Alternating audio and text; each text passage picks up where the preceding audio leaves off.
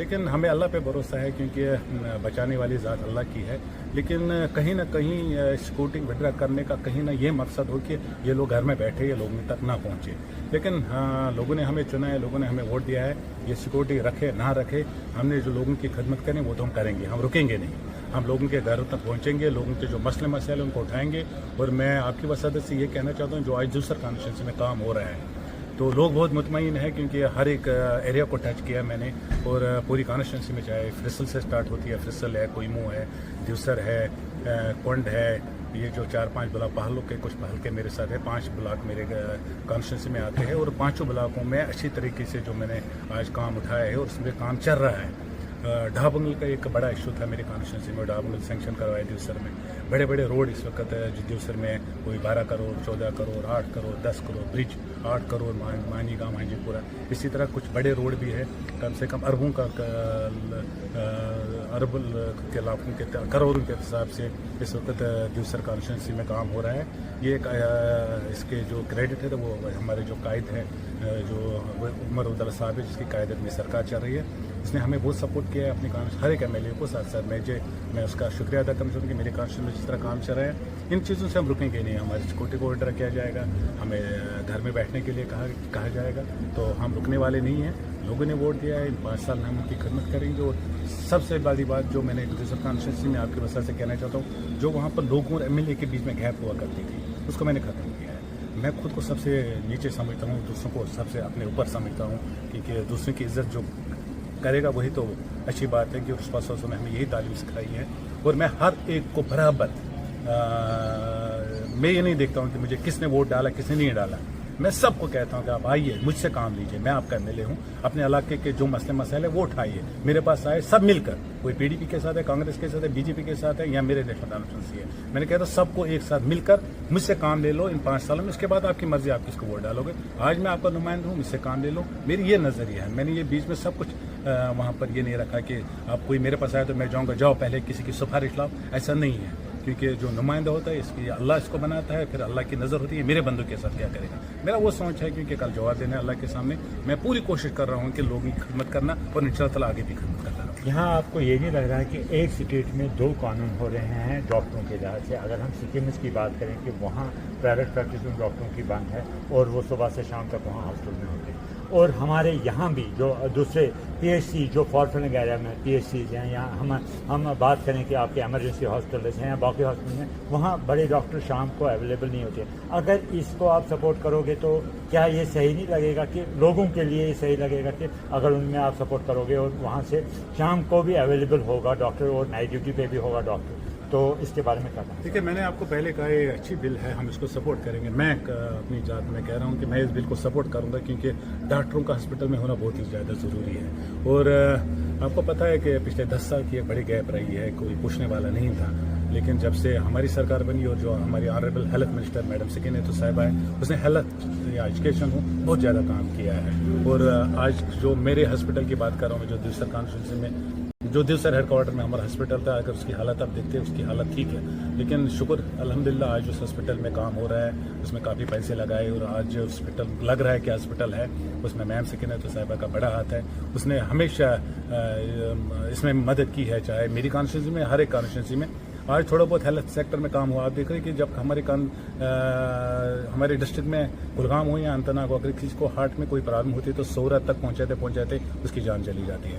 لیکن اس سرکار نے اور میڈم سکینہ صاحبہ نے وہ ایک جو ہمارا جنگلات منڈی ہاسپٹل میں, وہاں پر اگر آج کسی کو ہارٹ کا ریلیٹڈ کوئی مسئلہ ہو تو وہاں اگر چاہے پیس میکر ڈالنا ہو, اسٹینٹ ڈالنا ہو, تو آج وہاں پر بھی اس کا ٹریٹمنٹ ہوتا ہے. یہ مہربانی ہے میم سکینہ جی کا, اس کا ہم شکریہ ادا کرنا چاہتے ہیں. لیکن اس کے ساتھ ساتھ جو بل ہے یہ بہت اہمیت, اس کی بہت معنی ہے اس بل کی, اور ہم اس بل کو سپورٹ کر رہے ہیں. تھینک یو فیروز صاحب, آپ سے مل کے بہت خوشی ہوئی اور آئندہ بھی آپ کے ساتھ ملیں گے. تھینک یو سو مچ. آج یہ ہمارے ساتھ فیروز صاحب تھے اور انہوں نے یہ کہا کہ ہیلتھ ریزورٹ کی طرف سے جو بھی ان کے سکینہ میم نے بڑی ان کی ہیلپ کی ہے ہر ایک ہاسپٹل میں, جیسے کہ ہم بتائیں کہ ان کے دیوسر ہیڈ کوارٹر کے بارے میں انہوں نے کہا, وہ ان کے شکر گزار ہیں. اور اس کے ساتھ ساتھ میں ہم آج کی یہ کارروائی یہیں ختم کرتے ہیں اور آنے والے ٹائم پہ اور بھی آپ کے ساتھ ان کے ساتھ بتائیں گے.